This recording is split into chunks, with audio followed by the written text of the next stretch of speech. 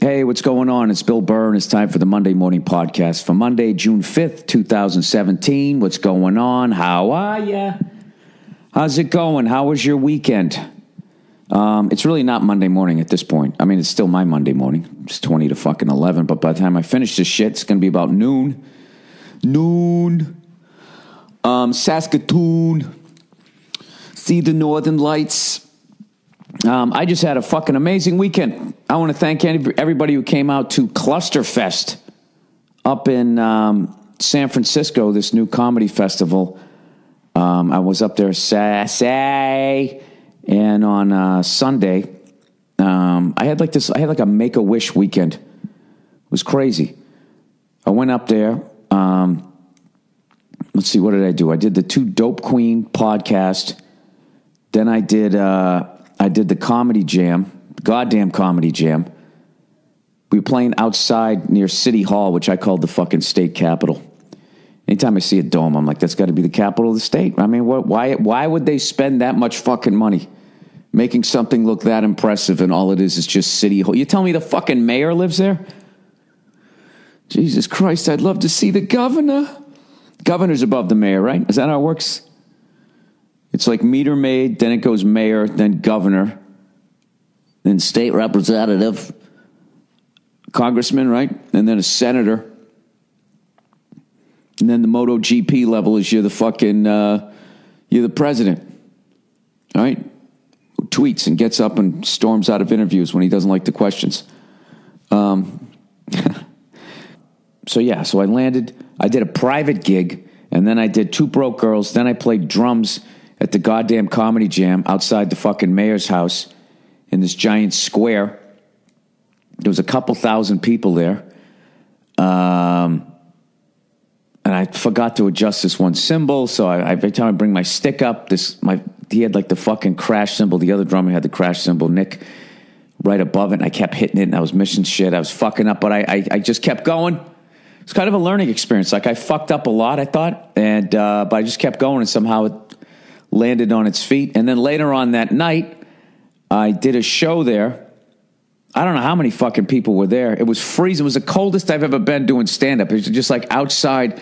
You know, for those people who don't live in San Francisco, and I've made this mistake because I took a vacation there a long time ago in July, and I dressed like it was July.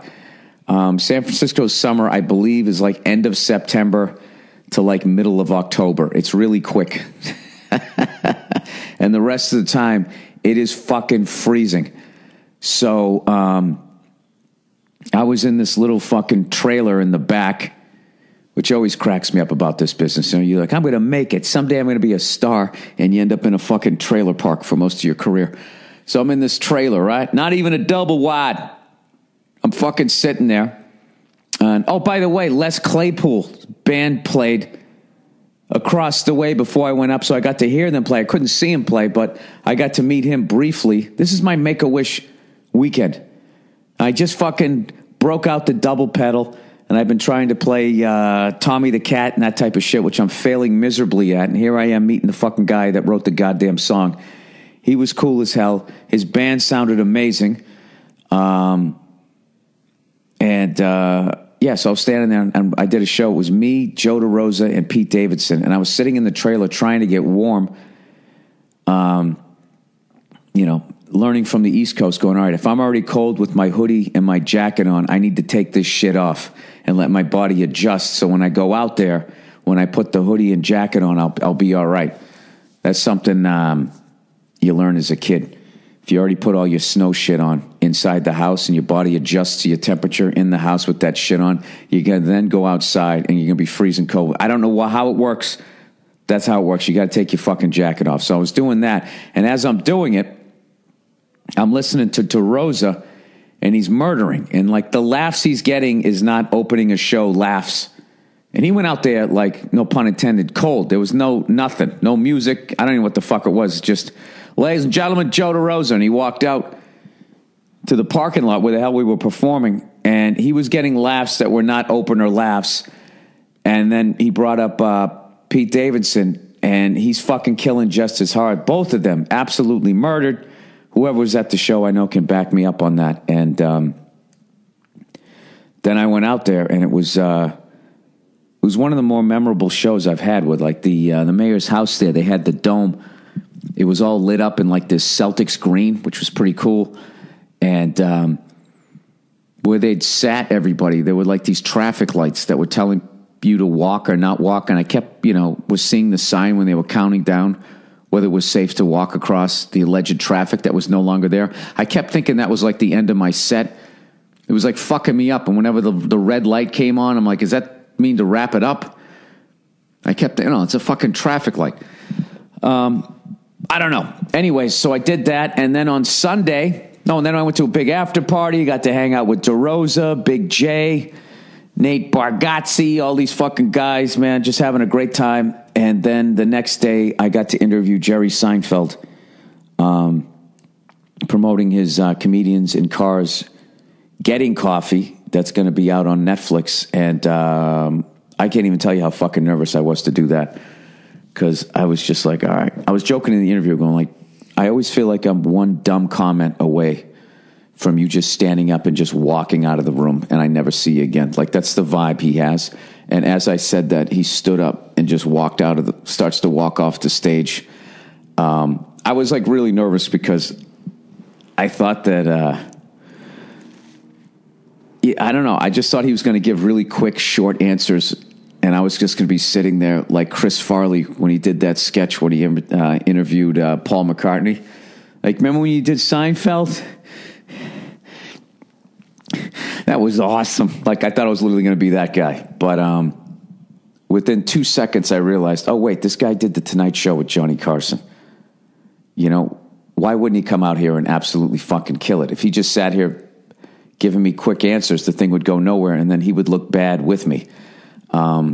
It was amazing. It was one of the most fun things I've gotten to do in my career. And, before I interviewed him for whatever, I had all these fucking questions. Like I was going to look at I never interviewed somebody like that. So I had all these questions I was going to ask him, his favorite car of all time, his favorite Met of all time.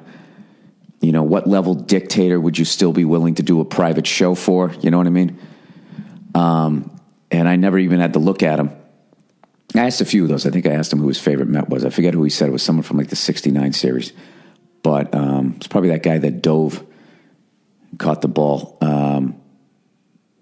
But before I went and interviewed him, I was looking up, some information about him just so I would have something. I was trying to think, what the fuck can I ask this guy that he's not been asked a million times before? And I just happened to see, it says Jerry Seinfeld comments on Kathy Griffin controversy. And they cut to him. They were just like, Jerry, what do you think about the whole Kathy Griffin, blah, blah, blah, blah, blah, blah, blah. And he just goes, it's stupid. Who cares? That was it. And I was like, oh, my God. Is he going to do that when I interview him? Is it going to be that quick? Thank God he didn't. Thank God he didn't. So it went great. Thank Christ. And then the interview ended. I don't know. We were just saying, man, that was a lot of fun. That went great. It was awesome. And then he left. And then me and Josh Adam Myers jumped in a car. Didn't really jump in a car. Jerry jumped in his car because he does life right. He gave me some great advice about being on the road. He said, when the show's over, he just goes, go back to the room. He goes, go back to the room. And I go, you never just want to go out and have a couple? He goes, go back to the room. He goes, there's nothing good is out there. Just go back to the room. And do you know, I already knew that. Do you know how many times I've learned that fucking lesson? And he said to me, he goes, if you want to look this good in your 60s, go back to the room. And he looks fucking great. So I'm going to try to do that. How do you go back to the room? You don't go back to the room. You have no stories. I'm going to be in Montreal this weekend. How do I go back to the room? One of my favorite cigar bars in the fucking world is there. How do I go back to the room? I have to tell you, every time I go back to the room, I'm hating it right until I get to the elevator. And then I go up in the elevator and I go into the room and I put the TV on. And the second I get into the bed, I'm like, oh my God, this is awesome. This is fucking great. I don't know why. I just, I think I finished the show. I'm wired. I'm excited it went well. And then I go on the road with friends. And they're always, what do you think? Maybe go have a couple, 2 or 3? And I always say yes. So anyway, so the show ends. I've learned to go back to the room. I've also learned to have the car service right fucking there. Like Jerry. It was just like his act. There was no fat on him fucking leaving the stage, going to the dressing room, getting his shit, and he just walked right out. And I go, yeah, of course. I go, look how, this is how you do your life. The fucking car's ready. My guy's like, I don't know where the fuck he is. And he just laughed and he just got in his car and it was over.